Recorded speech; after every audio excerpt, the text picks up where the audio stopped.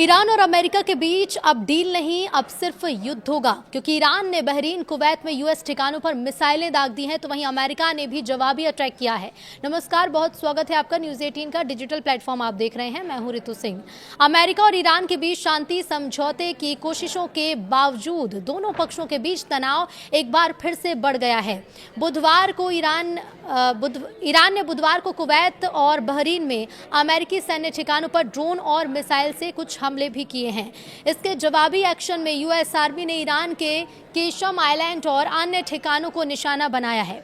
US central command ने एक बयान जारी किया और कहा कि तेहरान ने अपने पड़ोसी देशों पर ड्रोन और मिसाइल से हमले किए, ये सभी नाकाम रहे। कुवैत में ईरान की दागी गई मिसाइलें या तो टारगेट तक नहीं पहुंच पाई या उन्हें रास्ते में ही नष्ट कर दिया गया।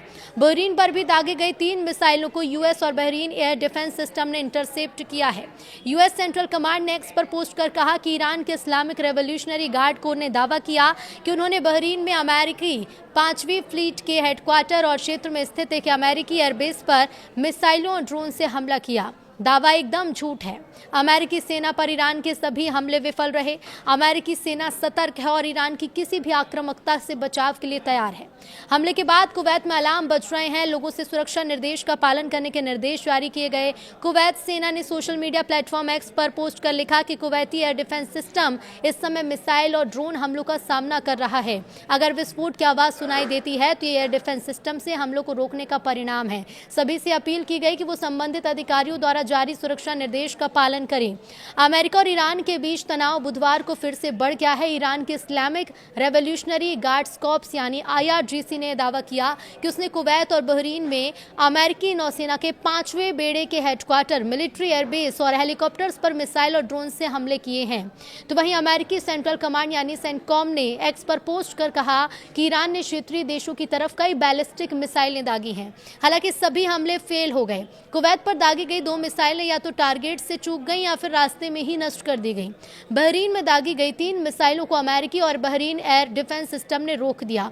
दूसरी ओर अमेरिका ने हॉर्मुज स्ट्रेट में ईरान के केशम आइलैंड स्थित एक कम्युनिकेशंस टावर पर अटैक किया।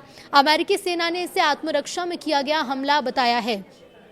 तो अमेरिका ने हॉर्मुज के पास एक ऑयल टैंकर पर भी हमला किया। सेंटकॉम ने इसका एक ड्रोन वीडियो जारी भी किया है। बोत्सवाना के झंडे वाले इस ऑयल टैंकर से आग की लपटें निकलती दिखाई दी। अमेरिकी नाकेबंदी के हमले का शिकार हुआ ये टैंकर हॉर्मुज स्ट्रेट से ईरान के खार्ग आइलैंड की तरफ जा रहा था।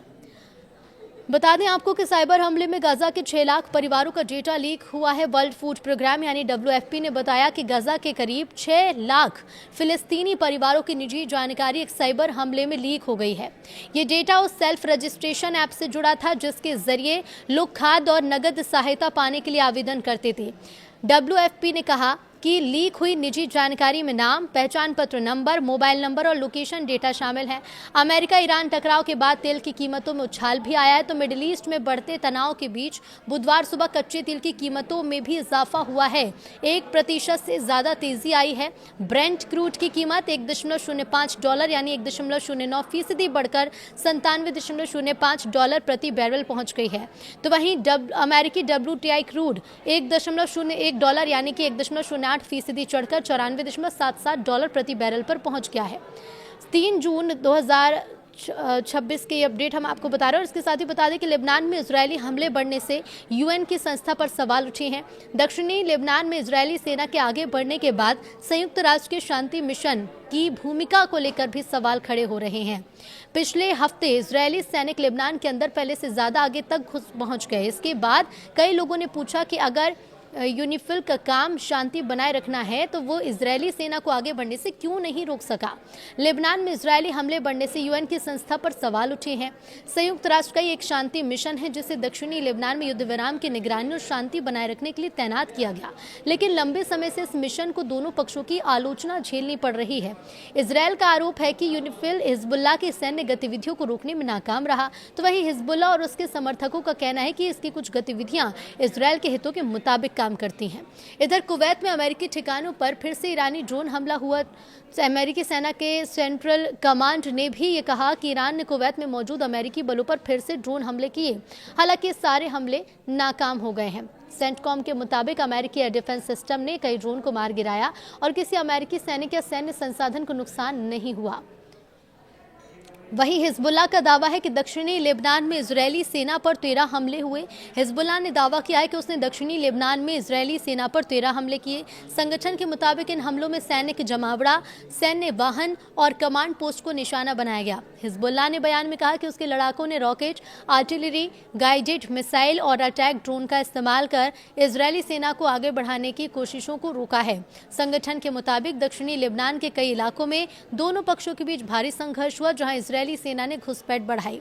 तो वहीं अल बलू इलाके में हिजबुल्लाह ने कई इजरायली मरकावा टैंकों को भी निशाना बनाने और एक सैन्य वाहन के पास विस्फोटक डिवाइस उड़ाने का दावा किया। संगठन ने कहा कि इसके बाद इजरायली सैनिकों को अपनी कार्रवाई रोकनी पड़ी और एयर स्ट्राइक के सहारे पीछे हटना पड़ा है। इस बयान में यह भी कहा गया कि दक्षिणी लेबनान के ऐतिहासिक ब्यूफोर्ट कैसल और बियादा कस्बे के आसपास तैनात इजरायली बलों पर भी मिसाइल और रॉकेट हमले किए गए। हिजबुल्लाह के मुताबिक इन हमलों में एक कमांड मुख्यालय और बख्तरबंद यूनिट्स को निशाना बनाया गया। ट्रंप लेबनान पर हमले को लेकर नेतन्याहू पर भड़के। ट्रंप ने सोमवार को इजरायल के पीएम बेंजामिन नेतन्याहू से फोन पर बात कर लेबनान में इजरायली सैन्य कार्रवाई पर कड़ी नाराजगी जताई, गाली गलौज भी की। रिपोर्ट के मुताबिक ट्रंप ने गुस्से में नेतन्याहू को पागल तक कह दिया था। रिपोर्ट के मुताबिक लेबनान पर हमले के बाद ईरान ने सोमवार को ये चेतावनी दी थी कि अगर इजरायली कार्रवाई जारी रही तो वह अमेरिका के साथ चल रही बातचीत को छोड़ सकता है। इससे नाराज ट्रंप ने नेतन्याहू को फोन किया। बता दें आपको कि अमेरिकी अधिकारियों के मुताबिक ट्रंप खासतौर पर इस बात से परेशान थे कि लेबनान में बड़ी संख्या में आम नागरिक मारे जा रहे हैं और एक हिजबुल्लाह कमांडर को निशाना बनाने के लिए इमारतें गिराई जा रही हैं। अब पिछले 24 घंटे में क्या कुछ हो चुका है, ये बड़े अपडेट्स भी जान लीजिए। ईरान ने अमेरिकी सैन्य ठिकानों पर हमले किए। तो सबसे बड़ा अपडेट तो यही है कि ईरान ने कुवैत और बहरीन में अमेरिकी सैन्य ठिकानों पर मिसाइल ड्रोन हमले किए हैं। अमेरिका ने यह दावा किया है कि ज्यादातर मिसाइलें हवा में ही इंटरसेप्ट कर दी गई। अमेरिका ने ईरानी ऑयल टैंकर पर हमले किए। अमेरिका ने ईरान के केशम आइलैंड, गोरुक और हॉर्मुज के पास ऑयल टैंकर्स पर हमले किए। ईरान ने जवाब में एक जहाज को मिसाइल से निशाना बनाया। ट्रंप ने लेबनान पर नेतन्याहू को फटकार लगाई। इजरायली हमलों पर ट्रंप ने लेबनान में नेतन्याहू को फोन पर फटकार लगाई। रिपोर्ट के मुताबिक उन्होंने कहा कि अगर मैं नहीं होता तो तुम जेल में होते। लेबनान में इजरायली हमले भी तेज हो चुके हैं। तो लेबनान में इजरायली हमले इन दिनों जारी हैं। नबातियह समेत कई इलाकों पर एयर स्ट्राइक हुई है, जबकि हिजबुल्लाह ने भी ड्रोन और मिसाइल हमले किए हैं। लेकिन अब देखना होगा कि ईरान के किए गए हमले पर क्या जवाबी कार्रवाई की जाती है।